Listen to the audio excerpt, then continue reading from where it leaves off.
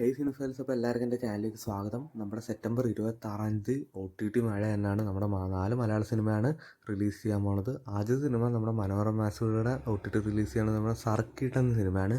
നമ്മുടെ ആസിഫ് അലിയാണ് നായകൻ. ഈ സിനിമ തിയേറ്ററിലൊരു ഫ്ലോപ്പായിരുന്നു. അപ്പോൾ നമുക്ക് എന്തായാലും സിനിമയ്ക്ക് വേണ്ടി വെയിറ്റ് ചെയ്യാം.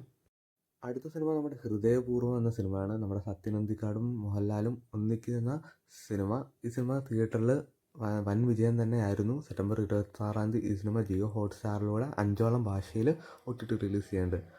അടുത്ത സിനിമ നമ്മുടെ ഓടും കുതിര ചാടും കുതിര എന്ന സിനിമയാണ്. നമ്മുടെ കല്യാണി പ്രിയദർശനും ഫഹദുമാണ് മെയിൻ ലീഡിൽ വന്നത്. ഈ സിനിമ 26 5ഓളം ഭാഷയിൽ നെറ്റ്ഫ്ലിക്സിൽ കൂടെ OTT റിലീസ് ചെയ്യുന്നുണ്ട്.